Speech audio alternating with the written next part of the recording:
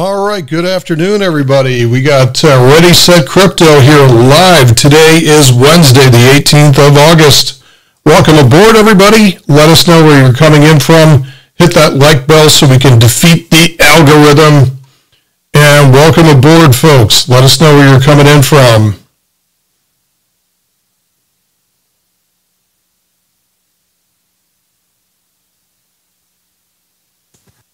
Myself. Yep. Don't forget also hit the like button as well.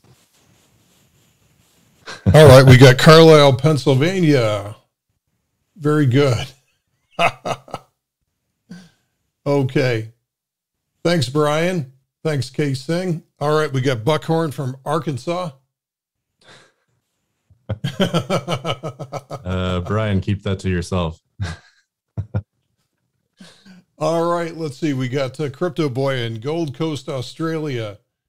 And Slade is also in sunny Gold Coast. Well, we got a whole crew out there in Gold Coast, Australia. Sound is so distorted. Not sure why. Okay, well, we can bring this down just a tad. San Francisco, Cross City, Florida. Welcome aboard, folks. This is ReadySetCrypto. Welcome aboard, everybody. This is Wednesday, the 18th of August. We are live, unless you're watching this on a replay, in which case, hello. So we are coming to you live today, and wanted to know where you guys are coming in from while we kind of round up everybody. It's like herding cats in here. Good evening, Dan from Liverpool. Yeah. Welcome aboard, guys. And we'll get started here in just a sec. What's going on in your world there, Marv? Oh, yeah. Well, we took a little bit of a vacation last week, so thanks for letting us do that. We figured the market was up, so we might as well step away for a bit. And then, of course, you know, as it always happens when we step away from the markets, it crashes. So welcome back. But yeah, I think there's definitely some opportunities out there right now for those who aren't freaked out about you know, the normal volatility in the crypto space. It's just it's a feature, not a bug. So we're going to take advantage of it and find some good opportunities. So Mav has got a really awesome session for you guys today. So we'll see. Strap in and bolt on and pay attention to this one. Oh yeah. All right. Yeah, let's go ahead and dig into it. Might as well get this party started. So for those who are haven't been around with us before, or maybe you're watching this in the future on a recording, this is what we do every week. We go through, you know, basically about the top 10 or so projects that we're interested in, ones that we think are, you know, pertinent to what's going on in the crypto markets, the trends, the things that, you know, is going to be hot. We want to get into this stuff early, and we want to get into it before everybody else does, because yeah, that's you know, hopefully number go up and we make some juicy profits off of that. But I think today will be in particularly you know, very interesting stuff, because a lot of these yeah, almost half of them aren't even listed.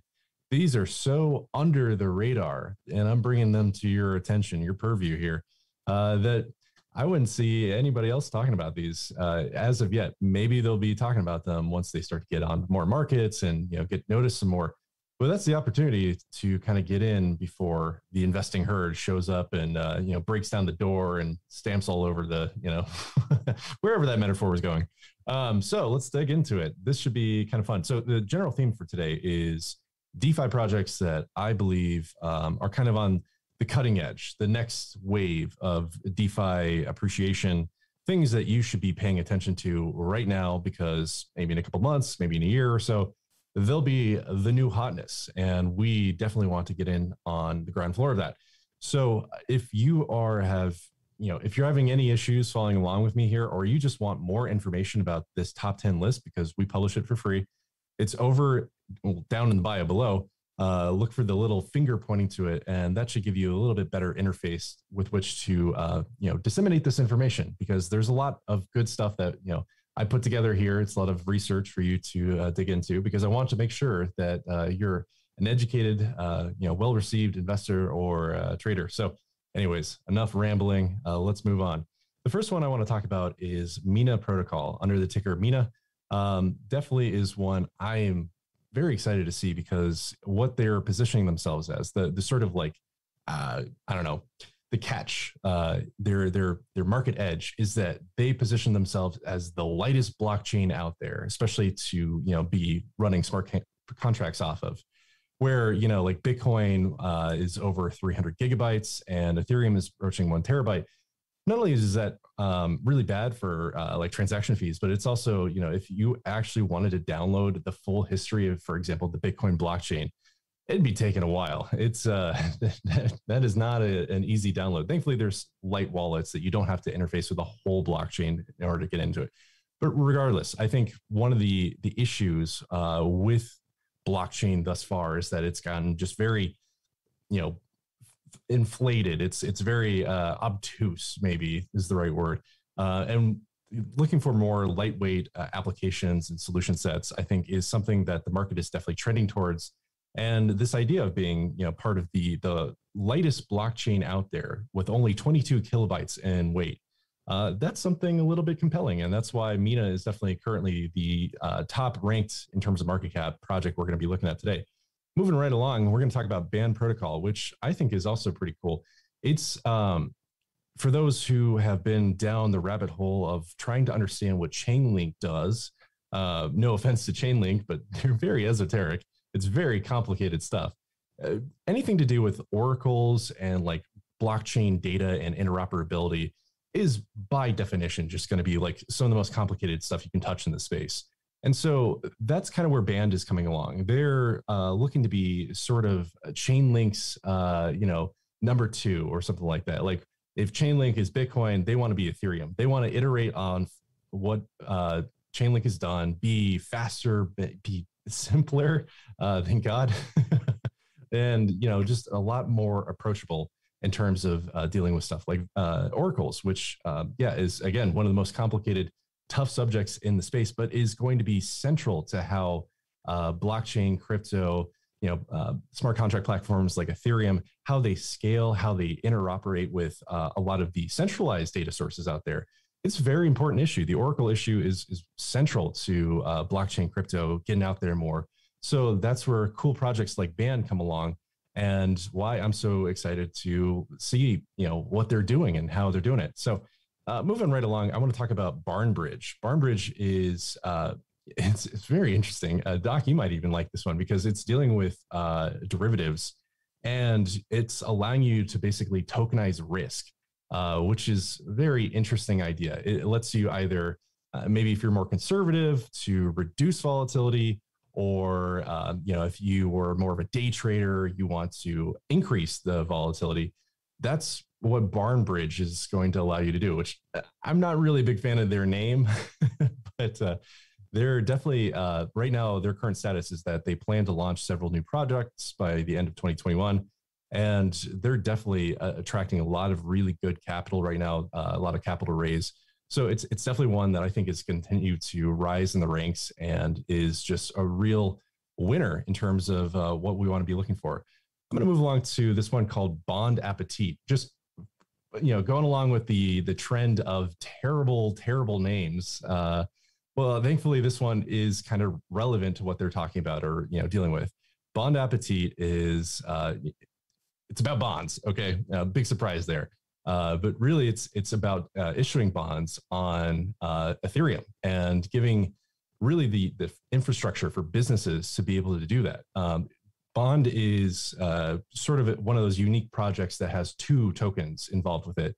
The first being USD AP, which is their native stablecoin. And that's kind of like the star of the show. They're doing a lot behind the scenes to make that work.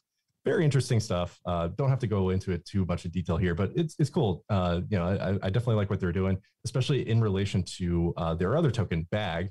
Have no idea how they came up with that acronym, but that's their governance token. So these two kind of work in concert to provide the infrastructure to allow you to issue or exchange bonds on Ethereum. And basically their business goal, their objective is to give businesses all over the world access to liquidity of the crypto market, which I think is pretty cool. So let's move beyond that to beyond finance. Oh, I'm on fire. This one I think is really, really cool. And if you guys have been around for these streams, you've probably heard me talk about synthetic assets a little bit. Projects like synthetics, I am just a big fan of because I see it as sort of the future of when we're talking about like tokenized stocks and we're talking about like tokenized assets and things like that. Synthetic assets are kind of like an evolution of that. And it's something that we have a hard time rationalizing with our, centralized finance brains. It's just tough to wrap our heads around right now, but it is really the future of finance. It's really where, like 20 years from now, that's going to be like one of the big things people are talking about and trading and, interfacing with, because there's just limitless possibilities with that sort of, financial instrument that's able to be digitally native and move in digital ways and all the great stuff that we're very accustomed to in the crypto space. So anyways, what Beyond Finance is doing is exactly that. They're looking to, offer derivatives on things like currencies and commodities and stocks and ETFs. And yeah, they're slated for a mainnet launch sometime in Q3 of 2021. Obviously, we're coming up to the tail end of that, so maybe it'll probably be pushed back. But I still think there's a lot going on here that I like. I think there's a lot to dig into with this one. And let's keep moving along here to Burnt Finance. Really interesting names. I think this is kind of the unifying theme of today's stream, and this list is nothing to do with the names. That's not how I picked these projects, but they definitely have ones that are I don't know how these guys come up with this stuff. Anyways, this one is also dealing with synthetic assets, and particularly it's running off the Solana blockchain, which has been creating lots of hype recently.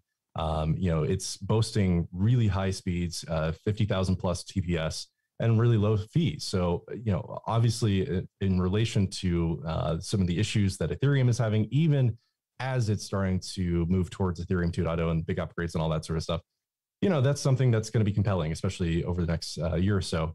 The thing to know about Burnt is that it's not quite as far along as like Beyond Finances, for example. They are still only just a website landing page, and the Burnt token is not yet available for the market. So there's no way to get this token right now. Just keep it on your radar. Just, be aware of it, because I think they're doing cool things. I think they're doing, they're part of this next wave that I keep talking about. But obviously, definitely is not on anybody's radar right now. So yeah, very cool. All right, moving along to, let's talk about Casper Network. So Casper is a proof of stake blockchain, and what they're trying to do is market themselves as a better version of Ethereum. Isn't everybody right now? So what is cool though is like they have smart contracts that are upgradable, that are written in WebAssembly instead of the proprietary like Solidity language that Ethereum uses, and the fees are just like very predictable. So it's trying to iterate in a meaningful way from what Ethereum sort of started. And I think there's a lot to like, and there's a lot of reasons why Casper is number 3 on this list in terms of market cap, because they've been raising lots of capital themselves, and they've already got several projects building off of them. So for their mainnet to have launched in March of this year and to already have multiple projects starting to be built off it, I think that's pretty cool. That's one of the same reasons why we saw projects like Solana, like Polygon, just blow up and rise through the ranks recently. So I think Casper is definitely under the radar for a lot of people, and where it's going from here, I'm just excited to talk about. So anyways, let's move along though and talk about the last one on this list, Seri Network. Seri is a CRM, which if you don't know what a CRM is, I am very envious of you, but it's a customer relationship management tool. And really what they're trying to do is have a decentralized CRM where the people sort of own their own data, giving the customers kind of complete control over that. It's an interesting idea, but as of July of this year, they've only launched 2 testnets. So integrations with like corporate customers are still underway. Definitely like a very nascent new project that is still very much getting off the ground. So it's cool. It's cool when we talk about, decentralized data management. It's cool when we talk about decentralizing that sort of stuff. Don't know where this one's going to be even in like a year or so, but I think it's starting to show how DeFi is really growing up and maturing. and integrating with, sort of the legacy space and starting to really build the best of what, DeFi is, and build out of what CeFi and sort of like centralized data sources, building that together and like harmonizing in a way, I think is definitely the future of DeFi and crypto as a whole. So let's see, let's do Equalizer now. Equalizer is a loans marketplace on Ethereum. It's also on Binance Smart Chain and Polkadot and Solana. So they're very ambitious in terms of their reach and in terms of their interoperability. And essentially, it's just DeFi flash loans made easy. And what that means is that the loans are unsecured, but must be rapid and like in a single transaction. Basically, it's just a marketplace to either borrow or lend and do so in a really rapid way. The interface is already up in sort of markup form, and there's a testnet. And the main was scheduled for July of 2021, but they seem to be behind schedule. But I still think they're pretty innovative in a lot of things. So it's definitely one to keep watch of and see where they go from here. The last one I want to talk about today is Liquidity. And they're also doing loans. They're doing interest-free loans, and they're just trying to market themselves as interest-free liquidity at your fingertips. So whether you're in the market for lending or borrowing, to do all of that in a very seamless and using the liquidity token LQTY as sort of the backstop of those loans, it's it's really interesting where they're going from this. And at the last time I looked up, they were number 10 in terms of TVL on DeFi Pulse, and there's a really impressive amount of venture capitalists behind it.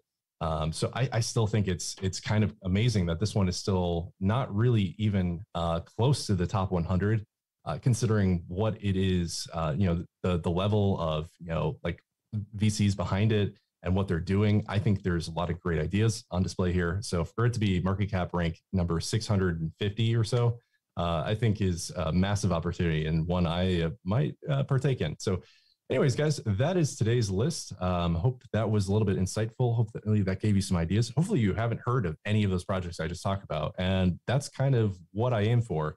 But definitely it's the market is in a weird liminal space. So to talk more about that, let's scoot on over to the charts and have Doc take over the mic. All right, let's take a wee peek here over at what we have going on here. Let me make sure that I've got the right. Yeah, there we go. Okay. So one of the things I want to talk to you guys about first is a little bit of a warning. We saw some volatility coming in through the major equity markets today. And as you may have noticed before in the past, when the equity markets panic and when they have a bad day, everybody has a bad day, because when you have margin calls and redemptions, what happens is you have to raise cash somehow. And so you're going to sell your winners, regardless of what asset class it is. So just be careful with this the next couple of days, because right now the S&P is in a very, very sensitive spot, whether or not it's going to continue to crash a little further or whether it's going to, somebody's going to buy the dip and we're just going to see the next slingshot. So just be cautious about what's going on in the larger markets right now. There's a big disconnect between what came out in the Fed minutes today, because they're talking about tapering all the cash that they're shoveling into the market. And at the same time, we've got the Delta variant running around. We've got retail sales were weak yesterday. So that's the overall backdrop to the market in terms of major financial markets. Now, when I look at crypto, this is really good. The only thing that I do caution you guys again on, and it's my job to see sort of things before they happen, is that watch out for this being a lower high and then rolling over again. So what we have to do is we have to watch out for the right structures. This will happen at perhaps a smaller time frame chart. We can go out to the daily chart and see this, but it would look basically like this. Right now, again, let me qualify. I think things are positive. Things look really good. We see a lot of good structure, but what I don't want to see is the price doing something like this and then rolling over again. So we have to be cognizant of that, because that's going to be your last chance to get out before a quick dip. Otherwise, if this dip goes out to the upside here and breaks 48,000, everything is good. Everything does look technically very good right now. as you guys probably know, Solana's like ripping to the upside right now. The last 4 days, this thing has left the station. And the same two coins that we keep talking about, which are Axie Infinity and Hex, these two are also super strong. This is building a nice cup with handle pattern from here. So not much else to say besides that. I'm not going to go through the entire list and go through every coin here, but generally what I see is the market doing very constructive things. I'm very happy with what it's doing right now. At the same time, though, I would be remiss if I went completely all in and drank the Kool-Aid. So we have to be careful about what could happen. And that would start at the daily chart. But if something does like that does start to occur, we will be, we'll be out here and letting you guys know what's going on. All right. We got a little bit of time for any questions or any requests that are coming in, probably another 5 minutes or so, and then we'll let you guys hit the road. Yeah, cool. Yeah, let us know, guys, if there's any projects you want us to look at the charts of, or do a little bit of very quick fundamental analysis on. Certainly, there is always a little bit of mixed bag with this section. So disclaimers involved. No, anything besides block 8 scissors, because I cannot find it. It's not listed right now.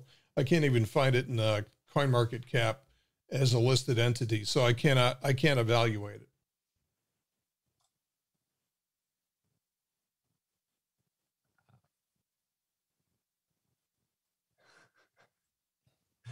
I found it, but it's in CoinMarketCap, but there's nowhere to trade it that I can find. So interesting. Well, it is it's a sort of gaming NFT looking it's blockchain gaming basically, and it's based off of Binance Smart Chain, which I think is a positive. I think they're going to be one of the best ones to build one of those sort of projects out of. Is it going to stand out amongst a ever increasing backdrop of competitors like Axie Infinity and some of the other ones that are trending up? I don't know, but I talked about gaming NFTs and gaming blockchain projects. I think that was 2 or 3 weeks ago, and just how I believe they're going to be one of the hottest sort of micro sectors in the crypto space. As we get into maybe the fall, maybe early 2020.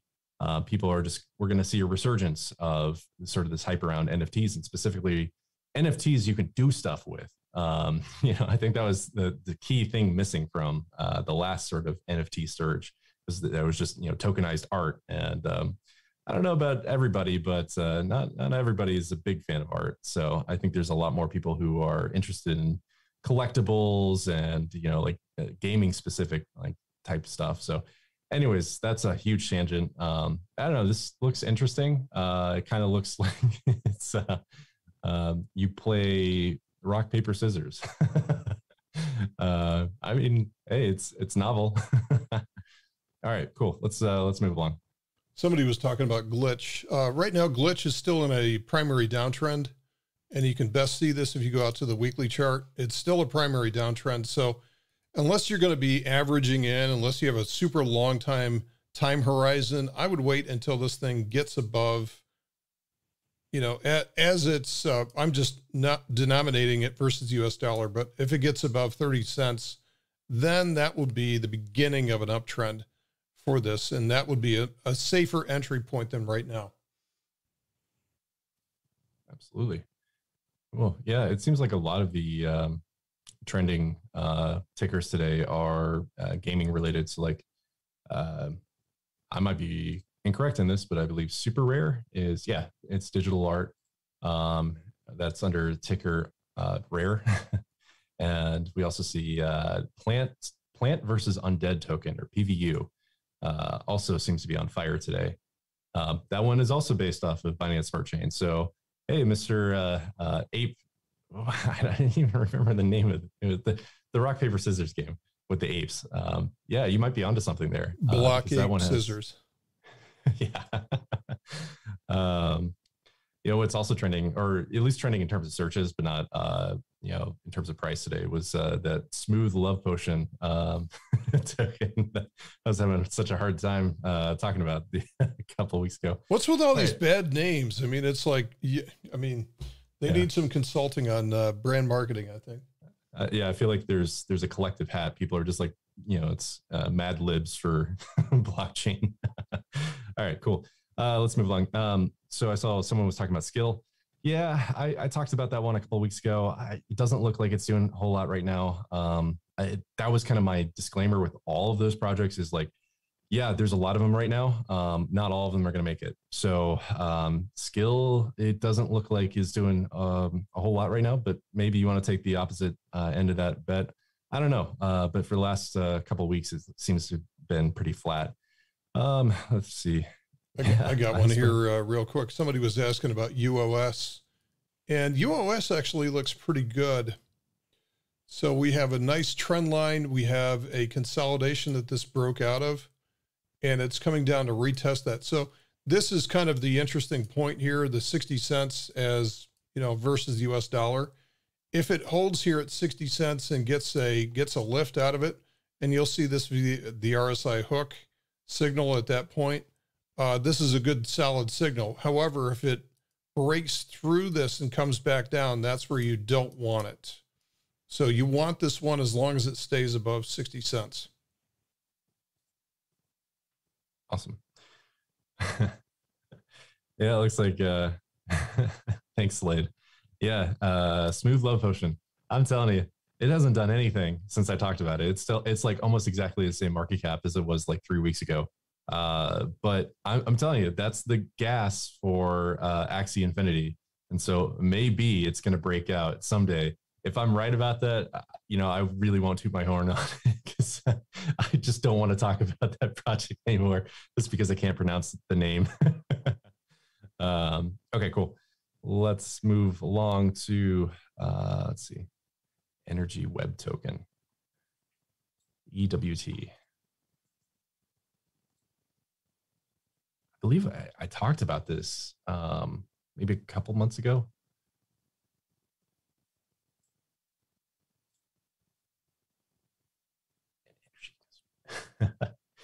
Okay, yeah. So this is just blockchain decentralized energy.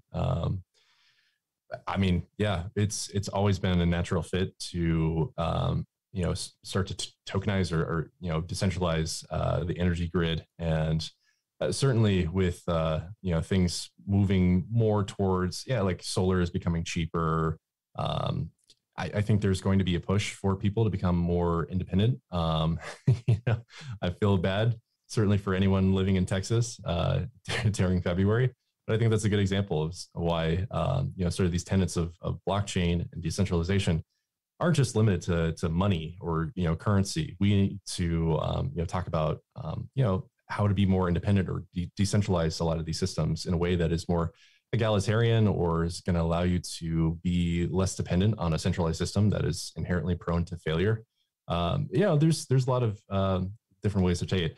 I honestly don't have enough time to look at Energy Web Token here, but it looks cool. It looks very solid, and certainly for it to be currently rank 155, I think it's in a prime position to maybe see some upswing. But yeah, let's see. I got a request for QNT. QNT is looking pretty good. I mean, this one is brand new, and it's already started to get into some really nice patterns and breakouts. I mean, this is not cheap. It's already $190 versus the US dollar. And let's see, there was another one that was VRA. And let's look at this one via Tether. This one's a nice looking chart as well too. It started to lift off. It's building that base. This is kind of a big basing cup. And so it may set up with a handle here and then break above about 3 cents or so. That would be a very positive pattern if it did that. So maybe just another one or two, and then we'll be out of here, guys. Or in your case, thoughts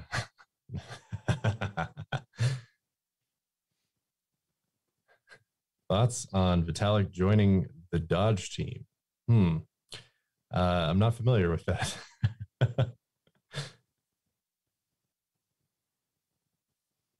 Nice. Yeah, we've been talking about QNT for a little bit, but I'm glad to see it's finally get some real recognition. I think that's a solid project for sure.